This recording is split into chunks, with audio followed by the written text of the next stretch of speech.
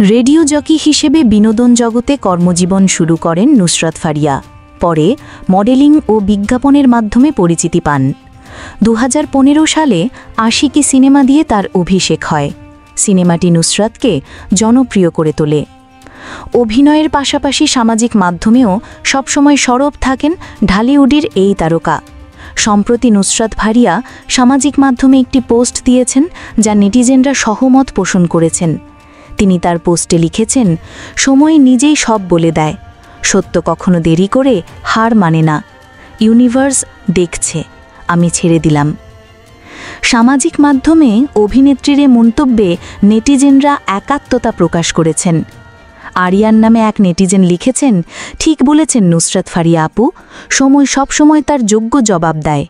আরেক নেটিজেন লিখেছেন, দারুণ কথা, একটু ধৈর্য ধরলে সব পাওয়া যায়। উল্লেখ্য, জুলাই আন্দোলনে ভাটারা থানার একটি হত্যা চেষ্টা মামলায় অভিযুক্ত ছিলেন নুসরাত ফারিয়া।